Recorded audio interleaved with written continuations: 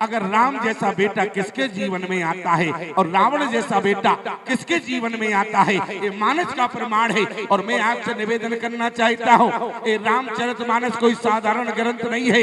एक बात याद रखना, एक पिता का जीवन में क्या कर्तव्य होना चाहिए, एक माँ का जीवन में क्या कर्तव्य होना चाहिए, एक भाई का क्या कर्तव्य होना चाहिए, एक पत्नी का क्या कर्तव्य होना चाहिए, एक समाज में, एक प्यारे समाज में एक व्यक्ति की क्या कर्तव्य होना चाहिए, अगर सीखना है तो ये रामचरितमानस। और एक बात याद रखना, अगर हमारे जीवन में रामचरितमानस रहेगी तो हमारे जीवन की सारी समस्याओं का समाधान होगा। मैं तो कहा करता हूँ प्यारे, अगर रामचरितमानस को अगर हमारे भारत के संविधान के साथ शामिल कर दिया जाए तो भारत की सारी समस्याओं का समाधान हो जाएगा। इसलिए रामचरितमानस कोई साधारण ग्रंथ नहीं है।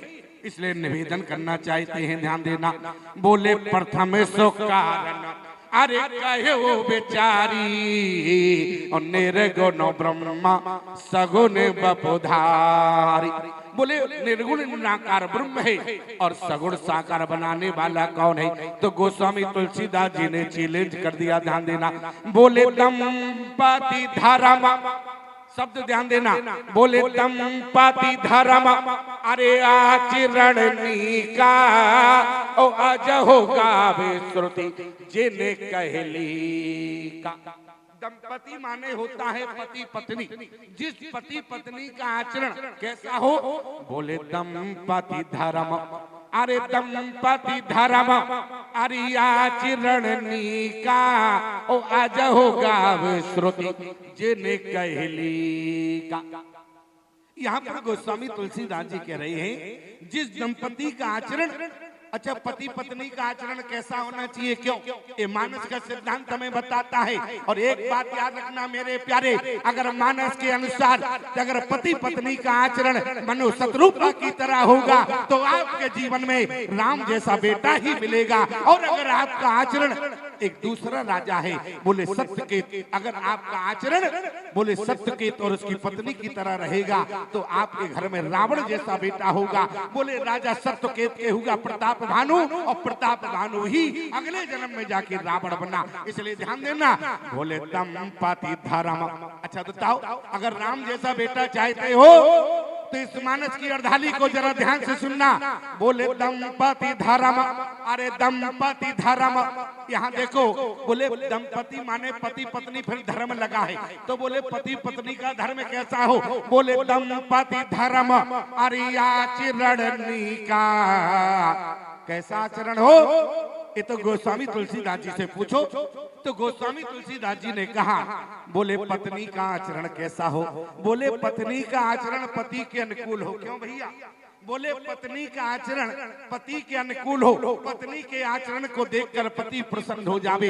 एक बात याद रखना, जो पत्नी अपने पति के अनुकूल होती है, जिस पत्नी के आचरण को देखकर अगर पति प्रसन्न हो जावे, समझ लेना प्यारे, ऐसी नारी के गर्भ से राम जैसा बेटा ही जन्म लेता है। इसलिए दंपति धर्म, मैं अपने मन से नहीं कह रहा। क्यों भैया, यहाँ पर विद्वान बैठे हैं, ईमानदारी से बताओ, ये चौपाई हम बना बना के तो बोल नहीं रहे, जो लिखा है वही तो बता रहे। क्या लिखा है, दंपति धर्म अरे नारी का आचरण, पत्नी का आचरण अपने पति के अनुकूल हो। मैया कह रही होगी कोई प्रमाण है तो बताओ। अच्छा देखो मानस में प्रमाण क्या है, बोले कौशल्या नार प्रिय अरे कौशल्या नार प्रिय अरे सब आचरण पुनी।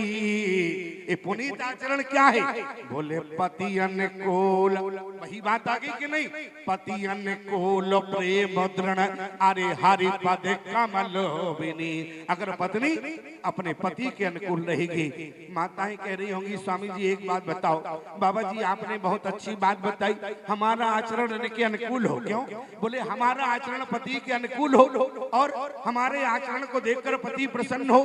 बोले सबसे ज्यादा नियम है तो हमारे लिए है, हम समय से घर लौट कर आवे, और इनके लिए रात को चाहे 2 बजे आवे चाहे 3 बजे आवे, वो भी कर चले आवे। मैं नहीं कह रहा, माताएं पूछ रही हैं, हमारा आचरण पति के अनुकूल हो और पति का आचरण ये चाहे वहीं से चले आवे।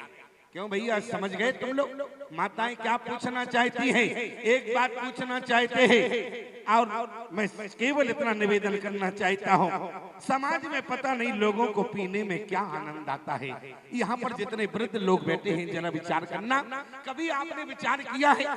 बोले ये शराब कहाँ से बनती है? बोले महुआ में जब फल आता है और महुआ के फल से ही शराब बनती है। लेकिन ईमानदारी से बताओ, बोले महुआ में जब फल आता है ना, तो महुआ में हरियाली नहीं रहती महुआ के वृक्ष में। और एक बात याद रखना मेरे प्यारे, महुआ से बनी हुई शराब को अगर हाथ लगाओगे तो तुम्हारे परिवार की हरियाली सदा सदा के लिए चली जाएगी। इसलिए शराब को कभी हाथ नहीं लगाना चाहिए। इसलिए निवेदन करना चाहते हैं, ऐसी शराब पीते हो कि खुद घूमते हो और कहते दुनिया घूम रही है। क्यों भैया, मैं नहीं कह रहा, निवेदन करना चाहते हैं। एक बात याद रखना माताओं, बोले सबसे ज्यादा कीमत है तो समाज में आपकी है। आप कहीं कैसे? ऐसे समझो जैसे एक दुकानदार होता है, परचून की दुकान किए होता है ना, तो काजू बादाम के डिब्बे बाहर लगा देता है। क्यों भैया, लगाता है कि नहीं? और जब दुकानदार दुकान बंद करता है तो किसी दुकानदार बंद जब करता है तो काजू बादाम के डिब्बे अंदर रख देता है। लेकिन किसी दुकानदार ने आज तक नमक के बोरों को अंदर नहीं रखा। ईमानदारी से बताना, कहने का मतलब माताओं, समाज में कीमत है तो आपकी है, ये तो नमक के बोरे है, कौन माई के लालन को ले जाने वाला है। इसलिए समाज में सुरक्षा आपको दी जाती है। क्यों? क्योंकि जब आप कुंवारी रही ना तो आपके पिता का संरक्षण मिला, और जब आप नारी बनी तो आपके पति का संरक्षण मिला, और जब आप महतारी बनी तो आपके पति और पुत्र दोनों का संरक्षण मिला है। इसलिए कौन जानता है भारतीय नारी के गर्भ में दादू कबीर जैसे संत सो रहे हो। इसलिए समाज में अगर सुरक्षा दी जाती है तो केवल माताओं को दी जाती है, ऐसा मत समझना। यहाँ गोस्वामी तुलसीदास जी दोनों पक्ष की बात करें। बोले दंपति धर्म अरिया चिरणिका अजहो गावे श्रुति जिन कहली का। बोले पत्नी का आचरण पति के अनुकूल हो, और पति का आचरण, बोले पत्नी का आचरण पति के अनुकूल हो और पति का आचरण धर्म के अनुकूल हो तो उनके घर में भगवान ही बेटा बनकर आते। दंपति धर्म अरे आचरण निका और अजहो गाव श्रुति जिन कहली का। क्यों भैया, हमारी बात समझ में आ रही कि नहीं आ रही? कि ऐसे ही बैठे हो तुम केवल? क्यों, समझ भी रहे हो कि नहीं समझ रहे हमारी बात? अच्छा एक बात बताओ, और समझ में ना आवे तो हमारा आना बेकार हो गया। क्यों? बोल देखो इतनी सर्दी है, तुम लोग तो 100 लोड़े हो। क्यों भैया? और हमसे पूछो, क्यों इतनी सर्दी में भी पसीना आना कोई मामूली बात है क्या? क्यों भैया? और हमारी बात फिर भी ना समझ पाओ। और एक बात याद रखना मेरे प्यारे, अगर महात्मा के वचनों को तुमने अपने जीवन में उतार लिया, अगर महात्मा के वचनों को अगर अपने जीवन में उतार लिया तो तुम्हारे जीवन में परिवर्तन अवश्य होगा प्यारे, परिवर्तन अवश्य होगा। इसलिए महात्मा के वचनों को सदा अपने जीवन में उतारना चाहिए। महात्मा निस्वार्थ बात करते हैं, हमारा कहने में कोई आपसे स्वार्थ नहीं है प्यारे। मैं तो आपके बीच में 7 दिन रहूंगा, 2 दिन निकल गए, अब केवल 5 दिन और बचे हैं। लेकिन एक बात बताएं, एक व्यक्ति हमें मिला, तो हम गाड़ी में बैठे हुए थे, और जैसे उसने हमें प्रणाम किया, हमने आशीर्वाद दिया। बोले स्वामी जी एक बात बताओ। हमने कहा बोलो। बोले क्या आपका जलवा है? हमने कहा जलवा? बोले आपका जलवा देखो कैसी बढ़िया आपकी गाड़ी है, लग्जरी गाड़ी है। अरे हमने कहा दिमाग खराब हो गया क्या? बोले क्या मतलब? अरे हमने कहा बाबाओं का जलवा, अरे बाबाओं का जलवा बाबा की गाड़ी से नहीं होता है, अरे बाबाओं का जलवा बाबा की दाढ़ी से हुआ करता है। तुम चाहो तो तुम रख लो, किसी ने मना किया है क्या? निवेदन करना चाहते हैं। बोले दंपति धर्म, अरे दंपति धर्म अरे आचरणनी का अजहो गावे श्रुति जिन कहली का। बोले पति पत्नी का आचरण, बोले पत्नी का आचरण पति के अनुकूल हो और पति का आचरण धर्म के अनुकूल हो तो उनके घर में भगवान का चरण अवश्य आता। और एक बात बताएं, यहाँ पर मनु जी के द्वारा आज सृष्टि की उत्पत्ति हुई, सृष्टि को आगे बढ़ा गया। आप सब जानते हैं मनु का परिवार कोई सामान्य नहीं है। बोले निर्भय होता ने पाधे सोते तासो और ध्रुव हरि भगत भये सोते जासो लघु सुत नाम प्रिय व्रत ताई वेद पुराण प्रशंसय जाय देवोती पुनितास कुमारी जो मुनि कर दम के प्रिय नारी। यहाँ पर प्यारे मनु जी एक दिन एकांत में रो रहे थे। आप सब जानते हैं शत्रुपा जी दौड़कर गई। शत्रुपा जी ने देखा आप रो रहे हो। शत्रुपा ने पहले तो अपने पति के चरणों में प्रणाम किया, इसके बाद रोने का कारण पूछा। एक बात मैं माताओं आपसे कहना चाहता हूँ। एक मैया से मैंने कहा देखो हमारी बात का बुरा मत मानना, मैं तो केवल इतना कहना चाहता हूँ। एक माता से मैंने पूछा, एक मैया से मैंने पूछ दिया मैया एक बात बताओ पति को कितना मानती हो? बोली ये भी कोई बताने की बात है क्या? मैं तो बहुत मानती हूँ। हमने कहा कोई प्रमाण है? बोली बिल्कुल है। हमने कहा प्रमाण क्या है? बोली हम करवा चौथ रहते। हमने कहा गजब हो गया। क्यों?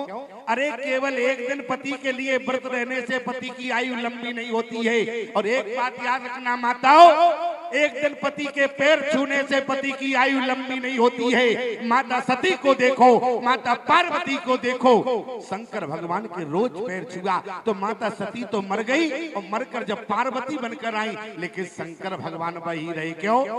जाहे संभव पद अरे बंधन कीना।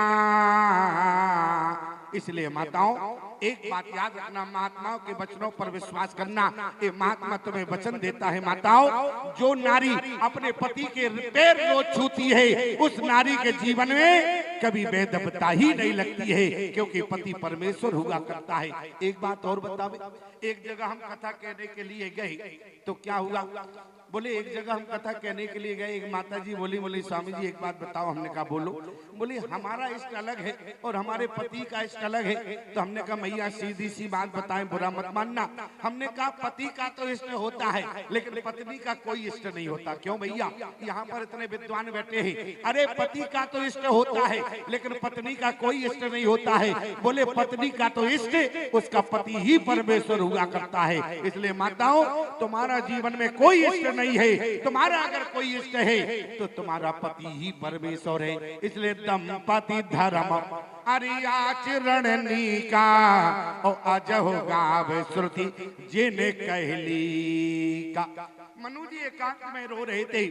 शत्रुपा जी दौड़ कर गई। शत्रुपा ने अपने पति को पहले तो प्रणाम किया, इसके बाद आज शत्रुपा ने अपने पति से कहा नाथ रोने का कारण क्या है? मनु जी ने कहा शत्रुपा से, कहने लगे शत्रुपा बोले हमारा जो जीवन है वो बिना भजन के चला गया। कहने का मतलब हमारा सिर्फ इतना है प्यारी, मानव जीवन जो है वो क्षुद्र कामना के लिए नहीं मिला है। मानव जीवन तो प्यारे गोस्वामी तुलसीदास जी ने क्या कहा? बोले साधन धाम अरे मोक्ष कर द्वारा और पाए न जय पर लोक समारा। ये मनुष्य जीवन जो है ये क्षुद्र कामना के लिए नहीं मिला है। ये मानव जीवन तो हमें प्यारी भगवत प्राप्ति के लिए मिला है। और मानव बनने के बाद भी अगर प्यारी भगवान की भक्ति को प्राप्त न कर पाए तो केवल क्या होगा? बोले सिर धुन धुन पछताए, केवल पछताना पड़ेगा प्यारी। इसलिए आज मनु ने शत्रुपा से क्या कहा? बोले हो न विषय विराग अरे भवन बसत बा चौथ पना और हृदय बहुत दुख लाग और जन्म गयो हरि भगति। क्यों भैया? यहाँ पर जितने लोग बैठे हैं एक बात पूछे तो बताना तो हम समझा देंगे। क्यों? पुराने समय में कबड्डी का खेल होता था। क्यों भैया? कबड्डी का खेल जानते हो कि नहीं? जानते हो तो निवेदन करें। बोले पुराने समय में कबड्डी का खेल होता था। आप कहे क्या? बोले कबड्डी के खेल में, बोले कबड्डी के खेल में एक विशेषता थी। आप कहे क्या? बोले कबड्डी के खेल में दो पार्टियां थी और इस तरफ से एक व्यक्ति जाता था, उस रेखा को छूकर अपनी रेखा में आना पड़ता था। इसी तरीके से प्यारे मानव जीवन की कबड्डी अगर बिना सांस टूटे अगर भगवान को प्राप्त कर लिए प्यारे तो समझ लो कि जीवन में मानव जीवन में कबड्डी खेले प्यारे, और अन्यथा कहीं सांस टूट गई तो जीवन में कल्याण नहीं हो पाएगा। बोले हो ये न बेसये बेराग, अरे भवन बसत बा चौथ पना, हृदय बहुत दुख लाग और जन्म गयो हरि भगति बिन। शत्रुपा जी बोली तो कोई बात नहीं, अगर भजन करना है तो एक काम करो। मनु ने कहा क्या करें? बोली एक काम करो, अगर भजन करना है तो भजन करो। मनु बोले भजन ऐसे नहीं होगा, जब तक राज्य का मालिक बना रहूंगा तब तक भजन में मन नहीं लगेगा। शत्रुपा जी बोली तो फिर एक काम करो। बोली राज्य को दे दो। राज्य का अधिकारी कौन होता है? राज्य का अधिकारी बड़ा बेटा होता है, इसलिए बड़े बेटे को बुलाया और बड़े बेटे से कहा राज ले लो। बड़े बेटे ने क्या कहा? बोले जब तक पिता जिंदा होता है, बोले तब तक मालिक पिता हुआ करता है, इसलिए मैं राज को स्वीकार नहीं करूंगा। लेकिन बेटा लेना नहीं चाहता, बाप देना चाहता है, इसलिए गोस्वामी तुलसीदास जी ने लिखा, बोले बरोबस राज अरे सोते तब दीना, नारी समेत गबन बनकीना। बरबस माने होता है जबरदस्ती। और देखो एक दूसरा राजा है सत्यकेत, ठीक मनु की तरह एकांत में रो रहा था। पत्नी दौड़ कर गई। रोने का कारण क्या है? आज सत्यकेत ने कहा कि भजन नहीं हुआ। पत्नी बोली तो दिमाग खराब मत करो, जाओ भजन करो। भाषा में अंतर हो गया। और सत्यकेत ने कहा, बोले भजन तो जब करेंगे पहले राज देना पड़ेगा, ठीक मनु की तरह। पत्नी दौड़ कर गई, बड़े बेटे को बुलाकर लाई। बड़े बेटे से कहा राज ले लो। और बड़े बेटे ने कहा पिताजी मना कब किया है, लाइए राज। आप कहें मानस में तो ऐसा लिखा नहीं है, लेकिन संकेत समझना चाहिए। वहां बरबस शब्द आया है, यहाँ बरबस शब्द नहीं है। बोले जेठे सोते अरे राज तब दीना, और हरियते आप गबन बनकीना। देखो अगर सत्यकेत भी तप करने के लिए गया और मनु जी भी तप करने के लिए गए, तो दोनों की तपस्या में अंतर क्या हो गया कि मनु की तपस्या ने राम को जन्म दिया और सत्यकेत की तपस्या ने रावण को जन्म दिया। अंतर दोनों में क्या हो गया? अगर दोनों ही तप करने के लिए गए, लेकिन अंतर क्या हो गया? मनु ने अपनी पत्नी से नहीं कहा था कि तुम हमारे साथ चलो, लेकिन पत्नी साथ गई। और सत्यकेत बोले सत्यकेत की पत्नी साथ नहीं गई, बल्कि संतान के साथ राज्य का भोग करती रही। इसलिए ध्यान देना, बोले जेठे सुतय अरे जेठे सुतय अरे राज तब दीना, और हरियते आप गबन बनकीना। क्या हो गया? बोले पत्नी का जीवन में साथ छूट गया। अरे मैंने वही बात आ गई, पत्नी का तो धर्म क्या है? बोले पत्नी का धर्म होता है पति की सेवा करना, हर हाल में पति के साथ रहना। ये नहीं है कि पति का त्याग करके संतान के साथ राज का भोग करो, ये पत्नी का धर्म नहीं है। आपसे पूछना चाहते हैं, जिस समय राम जी मैया कौशल्या के पास गई और मैया कौशल्या चाहती तो क्या राम जी के साथ नहीं जा सकती थी? लेकिन मैया कौशल्या राम जी के साथ नहीं गई। क्यों? मैया कौशल्या ने आज ममता का त्याग कर दिया, लेकिन अपने पति दशरथ का त्याग नहीं किया। और शत्रुपा ने भी यही किया।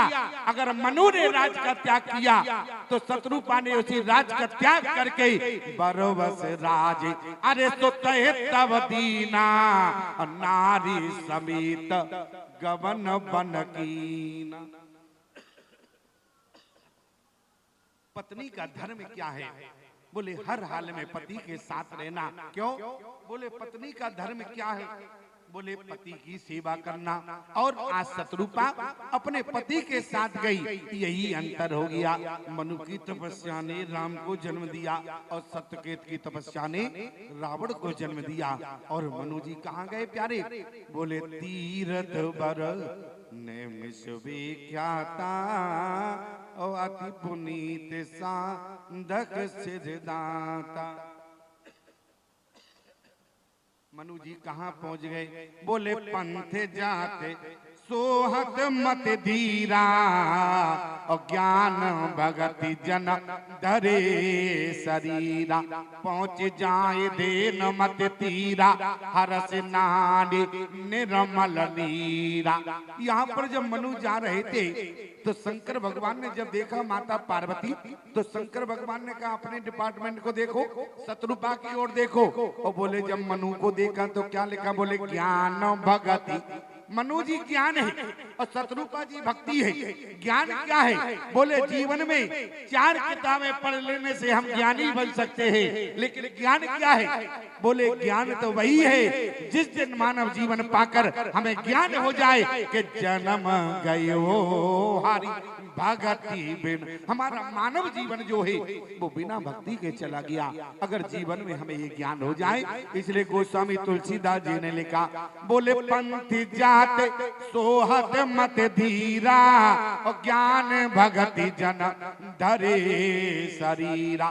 पहुँच जाए देन मत तीरा हरस नानी निर्मल नीरा। और इतना ही नहीं, आज मनु जी जब नेम सारण भूमि पर पहुंचे, मनु ने अपनी पत्नी शत्रुपा से कहा देखो हम भजन करने आए। शत्रुपा जी बोली ये तो हम नहीं जानते हैं। मनु ने कहा देखो, बोले मैं भजन जो है खड़े होकर करूंगा, तुम चाहो तो बैठ कर करना। शत्रुपा जी बोली एक बात बताओ, अगर आप खड़े होकर भजन करेंगे तो मैं भी खड़े होकर भजन करूंगी। मनु जी बोले कोई बात नहीं, तो तुम चाहो तो दोनों पैरों के बल खड़ी रहना, मैं एक पैर के बल खड़ा रहूंगा। शत्रुपा ने कहा बात समझ में नहीं आई, जैसे आप भजन करेंगे वैसे शत्रुपा भजन करेगी। और मनु ने क्या किया, बोले ठाणे रहे अरे एक पद दो। और करते क्या है, ठाणे रहे अरे एक पद दो और करे आहार साक फल कंदा और सुम रहे ब्रह्म सच्चिदानंदा। क्या हुआ, बोले जीवन में जब आहार का शुद्धिकरण हुआ तो बोले भगवान के भजन में मन लग गया। और पता नहीं हम क्या क्या खाते पीते हैं तो आज तक भजन में मन नहीं लगा। एक व्यक्ति ने कहा, बोले स्वामी जी एक बात बताओ, बोले हमारा तो भजन में मन ही नहीं लगता है। हमने कहा भजन कैसे करते हो, बोले पहले हम तम्बाकू लेते हैं, फिर मुख में रखते हैं, फिर इसके बाद सीताराम सीताराम सीताराम कहिए। हमने कहा एक बात बताओ, जिस मुख में भगवान के नाम को, जिस मुख में भगवान के नाम को बैठना है, जिस जीव पर, उस जीव पर तो तुमने व्यसन रख लिया है, तो क्या भगवान का नाम रह पाएगा क्या?